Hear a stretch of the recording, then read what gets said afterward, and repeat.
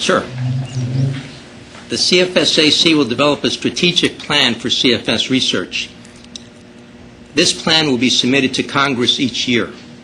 The committee will monitor federal activities with respect to CFS and make recommendations to the Secretary of HHS regarding any appropriate changes to such activities. Congress, but our charge isn't got anything to do with Congress. This is an advisory committee to the Secretary. And I think historically departmental advisory committees get engaged in agencies or in departmental strategic planning processes, but I'm not aware of any that's specifically charged with strategic planning around. I don't know all 150 advisory committees, so I could be wrong. But to develop a strategic plan, particularly on something as narrow as research, where there are many advisory committees interacting with overall research planning, the institutes at NIH, CDC centers, everyone has strategic planning underway. I think articulating a more concrete role to position CFSAC to participate or to engage where relevant in those processes, I think would be more consistent with roles that the Federal Advisory Committee Act envisions, versus having the advisory committee take on that role of being the strategic plan. Because just think, everybody could point at the advisory committee and say, that's your job. And that lets everybody else off the hook. Jason? Would it be possible to get Kim to offer some clarification? I remember reading in some of the public comment parallels to, I think it was autism, and some people commenting that we should try and emulate that committee process, and I'm not familiar enough. I don't know if Kim can offer more insight into that so that we can have this discussion more robust. And actually, the part of the language of this particular piece is something that I took from what Kim had written. So I think this is exactly the great thing of having someone in the audience where we need some clarification.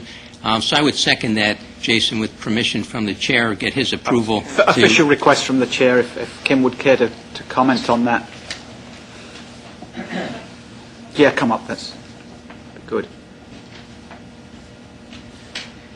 Yeah, I took that language straight out of the objectives and scope of activity for the charter of the Interagency Autism Coordinating Committee, and I acknowledge that an interagency committee is slightly different than a single department committee, so there may be some provisions for interagency committees that wouldn't exactly apply to a FACA committee that advises a single department secretary with regard to things like reporting to Congress.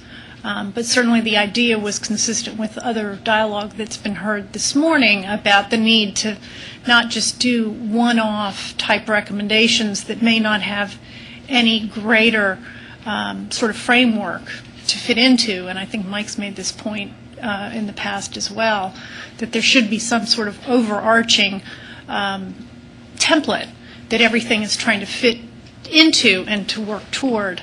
And Coco Crum is here, and her husband Jerry and I served on this committee in one of its earlier iterations, and we had developed a CFS report card that had a number of objective goals with things, tactics and strategies that were all worked toward that.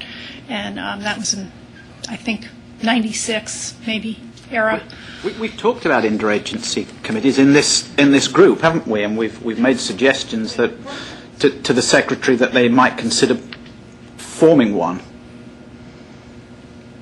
That would have to be. It doesn't stop the idea of a strategic plan development that Lenny's talking about. You just aim it at the secretary as opposed to Congress. It's probably going to be better heard anyway, going to a single individual than a whole lot more people who maybe it's not high enough on their radar screen to pay attention to. Hopefully it would be high enough on the secretary's radar screen. So do we want to include in conjunction with appropriate agencies? Yes, that's a good phrase. Would that be a friendly amendment?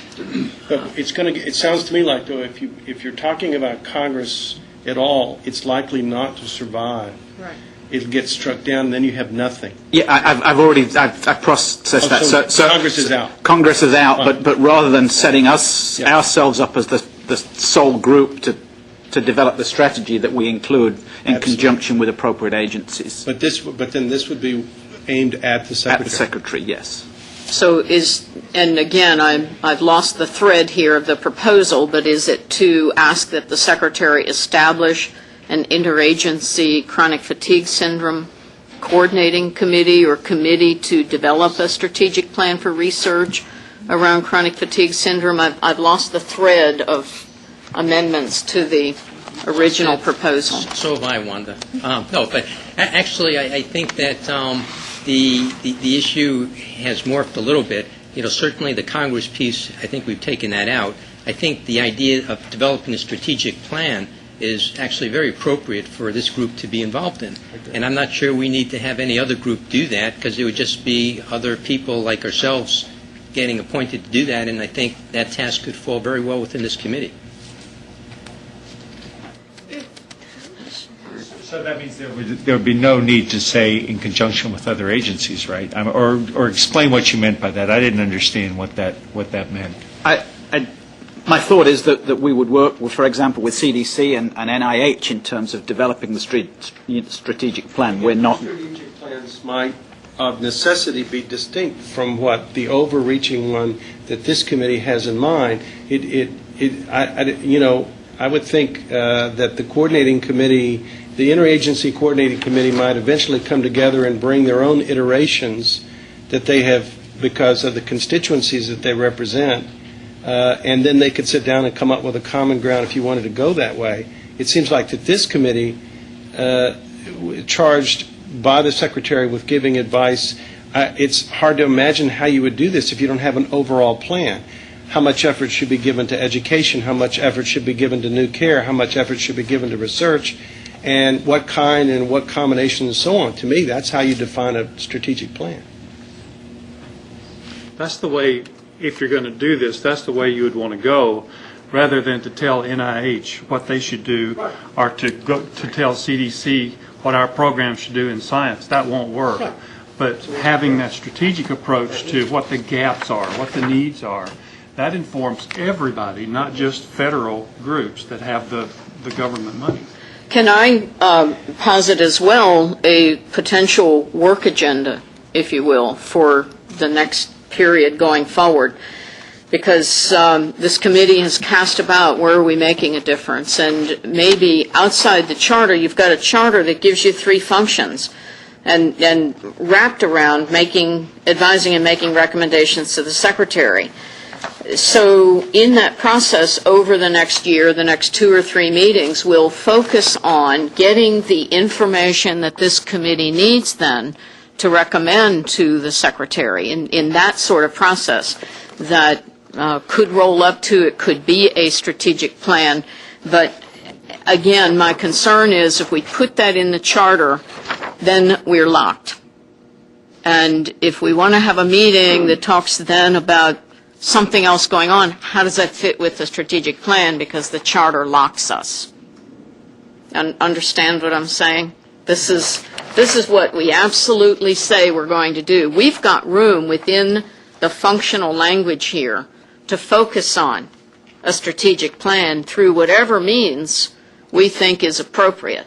And if it means requesting that the Secretary consider resources for this committee, blah, blah, blah, blah, or whatever an appropriate recommendation might want to be, that is already articulated and permissible in the function that's provided. But I'm just a little leery about locking a committee through its charter into a sole and narrow focus, as badly needed as that might be. What happens if we're not done in 2 years? What happens? And at a September 2012 renewal, we could get swept up into all kinds of vortices. And in a very hot election year that will be. So, what we know is what we can do now. And this is permissive of doing exactly what you've articulated. Nancy. So in that spirit, let's assume that this charter allows this committee to form a working group of the subcommittee to find the predominant needs and gaps. Is there a way then to work with the liaisons, the VA, the DOD, other people that are putting research dollars into this type of field, and involve them in such a working group to get a full and complete review? Absolutely.